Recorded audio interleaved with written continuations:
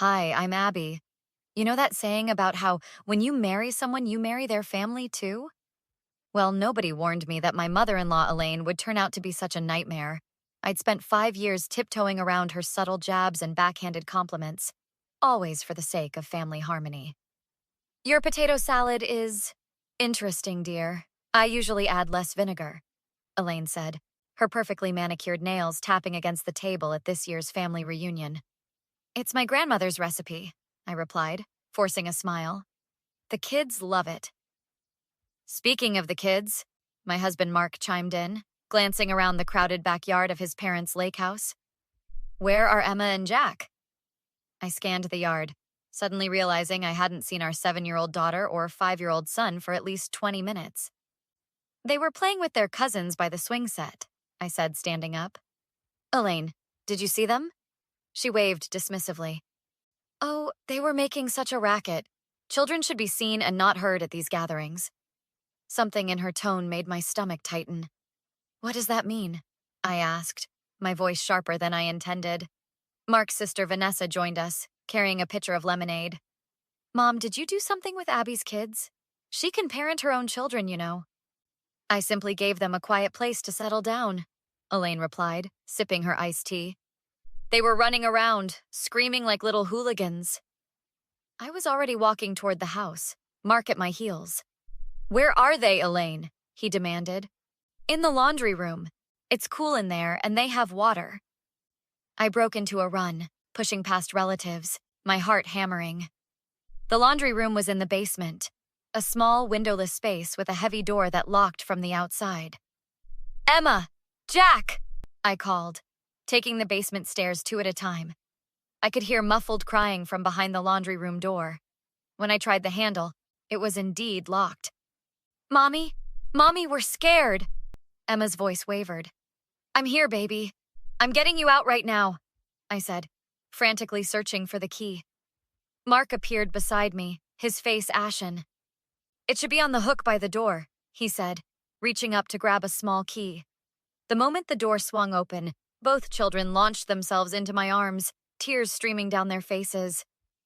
Grandma said we were bad and had to think about our behavior, Emma sobbed. It was dark and scary, Mom. Jack hiccuped, his little body trembling. I told her I had to go potty, but she said I should have thought about that before I started running. Mark knelt beside us, his expression a mixture of shock and fury. How long were you in there, buddy? Forever, Jack whispered. My watch says 43 minutes. As I held my children close, Vanessa appeared at the bottom of the stairs, her face grim. Mom's upstairs acting like nothing happened, she said. Dad's clueless as usual, and everyone's pretending not to notice the drama. She crouched down and ruffled Jack's hair. You okay, Munchkin? He nodded, still clinging to me. This isn't just crossing a line, I said, my voice low and steady. This is child endangerment. She locked my children in a dark room for nearly an hour. Mark stood up, his fists clenched. I can't believe she would do this.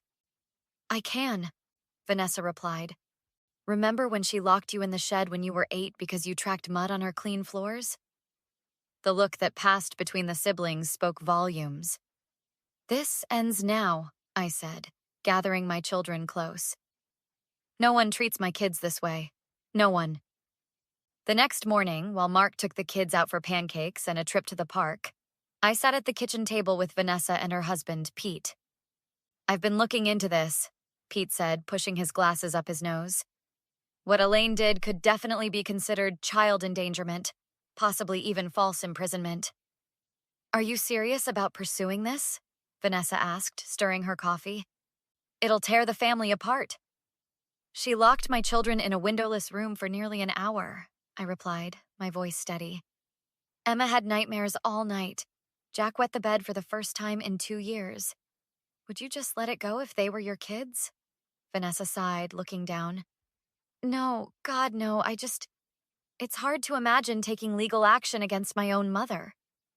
I'm not asking you to do anything, I said. But I need to know. Did you ever witness her doing anything like this before? To other children or to you and Mark when you were kids? Pete placed his hand over his wife's.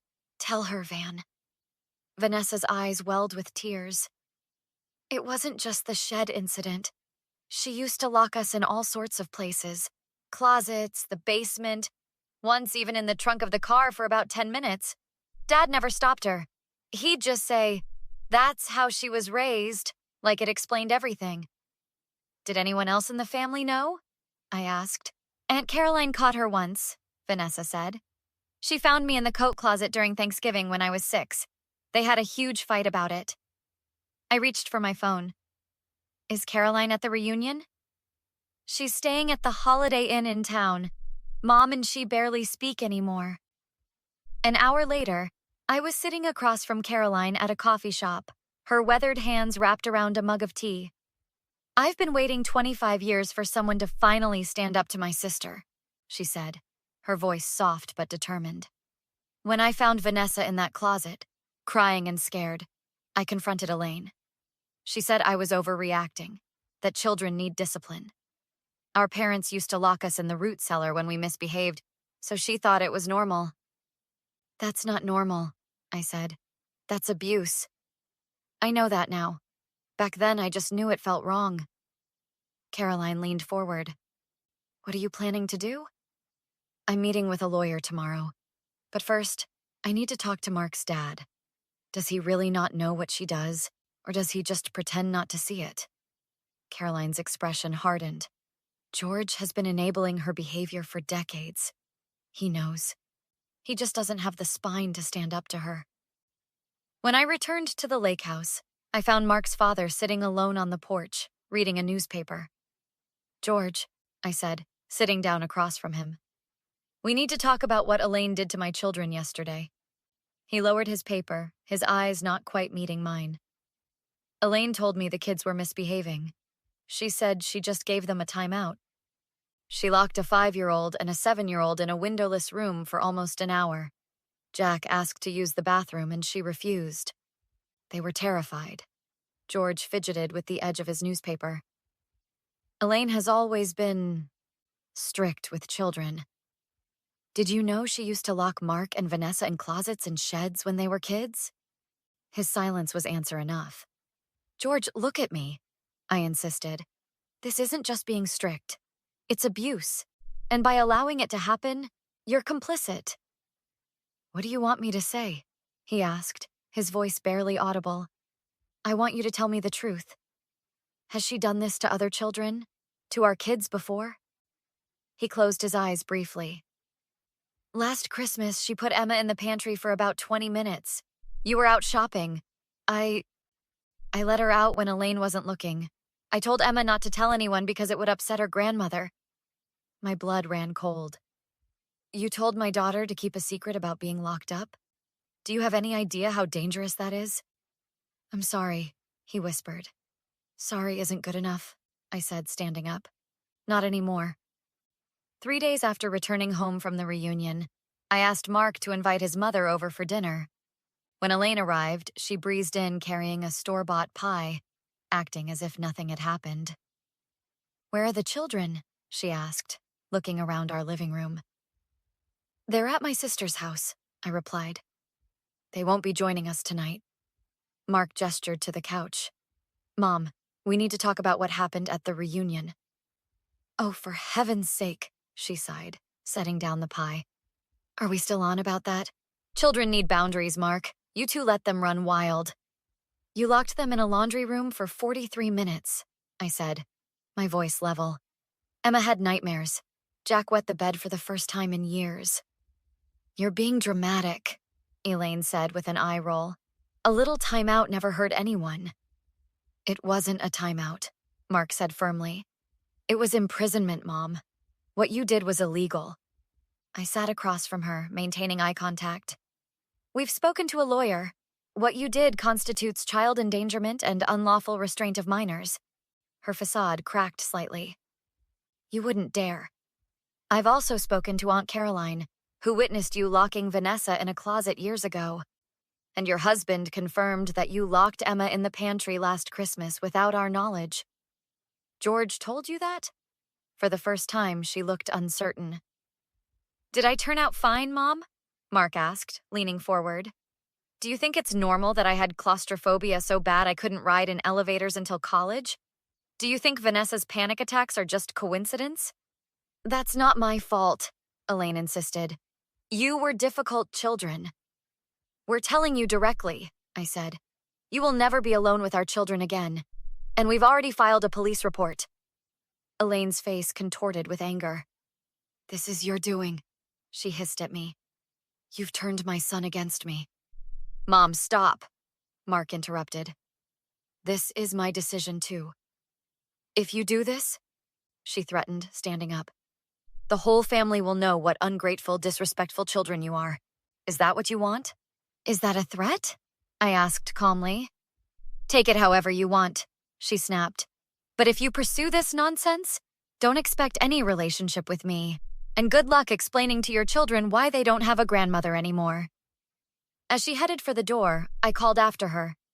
Elaine, they already don't have a safe grandmother. That's the whole point. She whirled around, face flushed. You'll be sorry for this. No one will believe you over me. Actually, I replied, removing my phone. We have Emma's and Jack's interviews with the child psychologist recorded, plus statements from Vanessa, Caroline, and your husband.